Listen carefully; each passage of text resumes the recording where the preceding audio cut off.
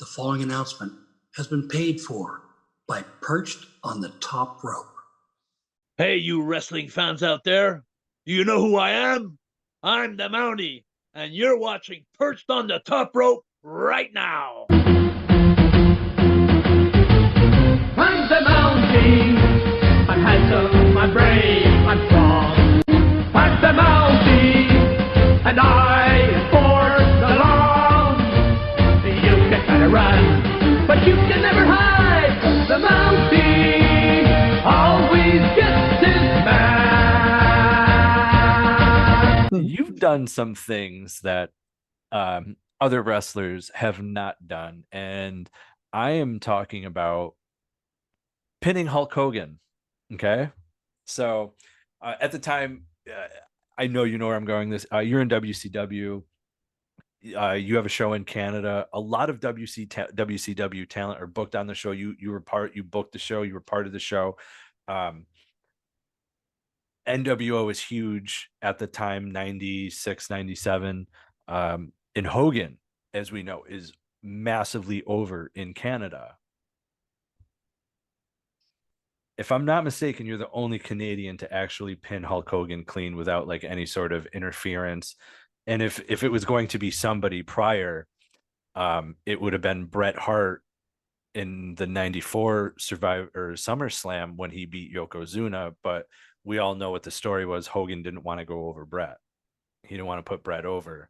So Bret beats Yoko. Hogan comes in. Hogan beats Yoko. Hogan's the champion again. What was this whole experience like? Again, the first Canadian to pin Hogan clean, also during his first and seemingly only heel run. And again, he's massively over in Canada. He's the biggest heel in the United States and probably all over the world, during this time, because no one saw the greatest baby face in professional wrestling history turn. It was amazing. I got so many things. I hear you talk. I want to jump in every second there, but I'm sorry. No. I'm it's kind of one of the most iconic moments of my career. To beat Hulk Hogan is who would have dreamed of something like that. And but the thing is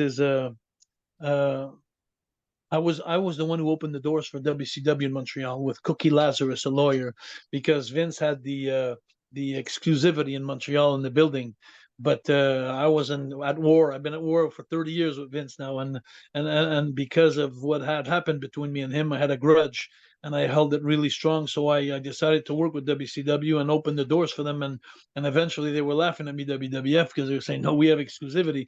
And I went with my lawyer to tell them, like, hey, you can't keep a French Canadian out of a French building for an American.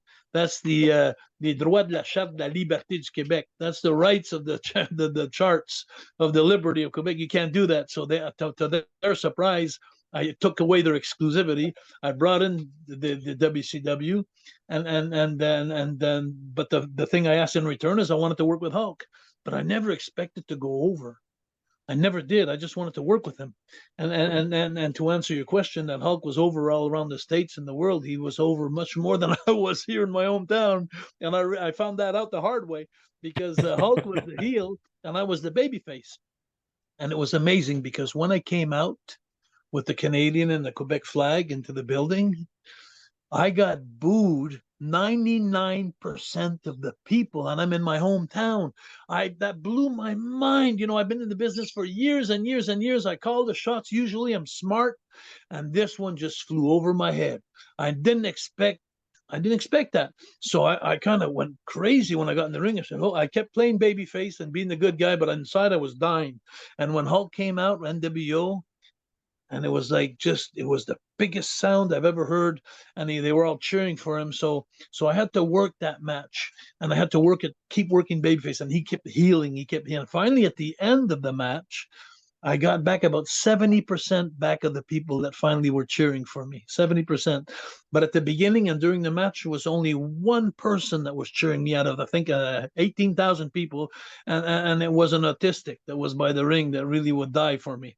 And it was the only one cheering for me during the match. Everybody else was booing me. I was looking at my friends and they were going like, no. And I was going like, what's going on?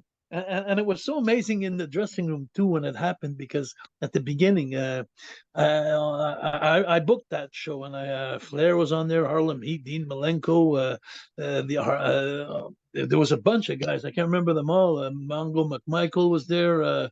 What was that other guy too? Anyway, a lot of big stars from WCW. I asked to have that card, and then they gave it to me, and so they're all in the dressing room, and we're all sitting there, and out of nowhere, just minding my own business, Hulk goes in front of all the boys and he says, so, boss, what are we doing tonight? So he said that in front of everybody. And I started laughing so hard. Like, I thought it was the funniest joke, how embarrassing, for him to say that, and, and he's real serious. He's looking at me.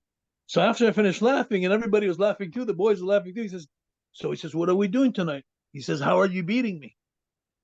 And then, and for me, I just kept laughing, and everybody was. Then there was this look on everybody's face, like Hulk seemed serious. And then he said to me, he says, "Hey, I'm not kidding." He says, "It's your show tonight." He says, "You're going over." He says, "How do you want to do it?" I said, "Well, I was embarrassed. I was embarrassed. I didn't know how to answer."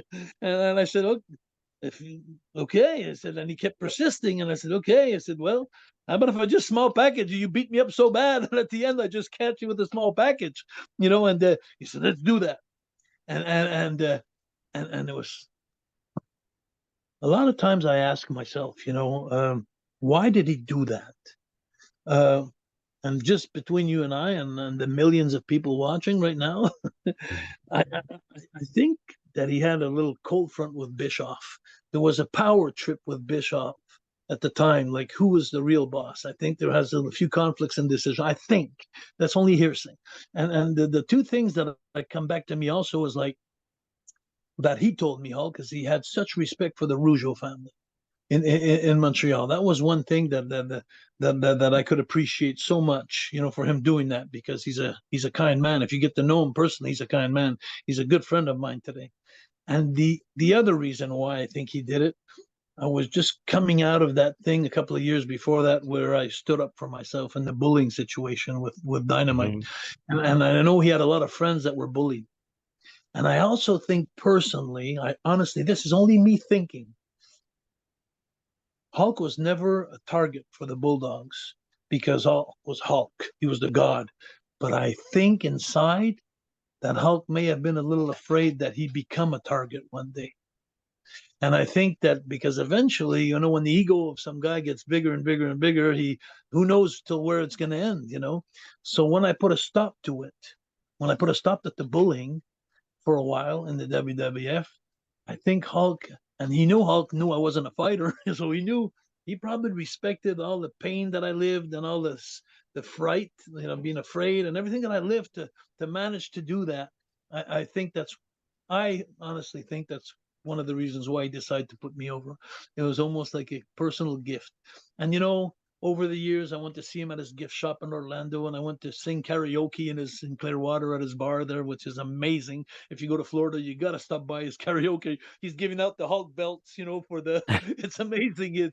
It's amazing. People are having so much fun, and they're living Hulk all over again, but it's for singing, but Hulk is a great, great person, and I have so much respect, and it changed so many things in the eyes of the true fans of the Rougeau family, and many fans that my notoriety just went much too high.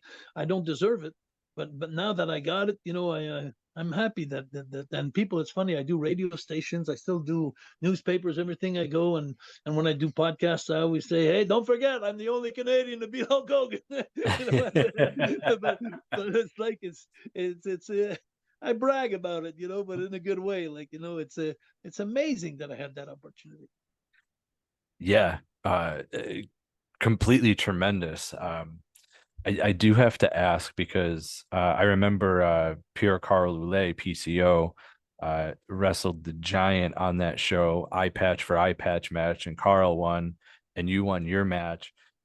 If it was a power struggle with Bischoff and Hogan, do you think Bischoff took it out on you because your next match in WCW was against the nWo? It was the Giant and Lex Luger, and it was seemingly it was like a 3-minute match, and they won. Yeah, I gotta tell you something. I gotta tell you something amazing.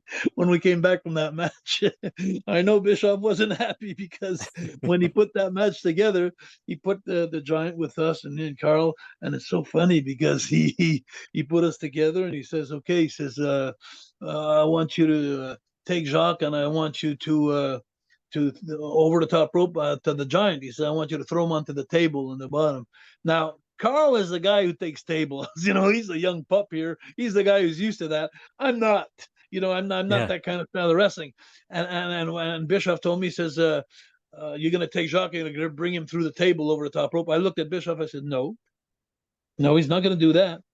And then I said, Carl says, "I'll do it, I'll do it, I'll do it." And then he was like, and so I stood up to Bischoff right then. It's like, so yes, to answer that, I never liked that guy. I met him at a Comic-Con. I was very polite with him. I said hello to him and all that stuff, but I didn't like the way he used us. I didn't like the way he actually put us on a contract for WCW. It was embarrassing. I was working once every 3 weeks. And when I was working once every 3 weeks, I got paid for a whole year doing nothing, absolutely nothing. He didn't use us.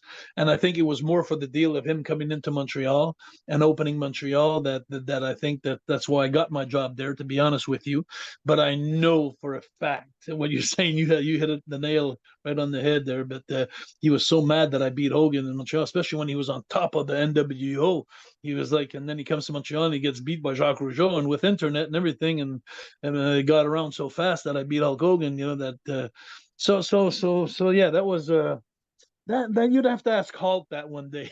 Really, you'd have to sit down and ask him, yeah, how did that happen. And I'd be curious if one day somebody asks Hulk, and you would have an open heart conversation with him. Why he did that to me? Why did it did me that favor? And I'd like to know one time from his heart, but and if it's and if it's for out of respect for the Rougeau family and for me standing up for myself in the business, then I want to hear about it. But if it's anything else, I don't care to hear about it, to be honest.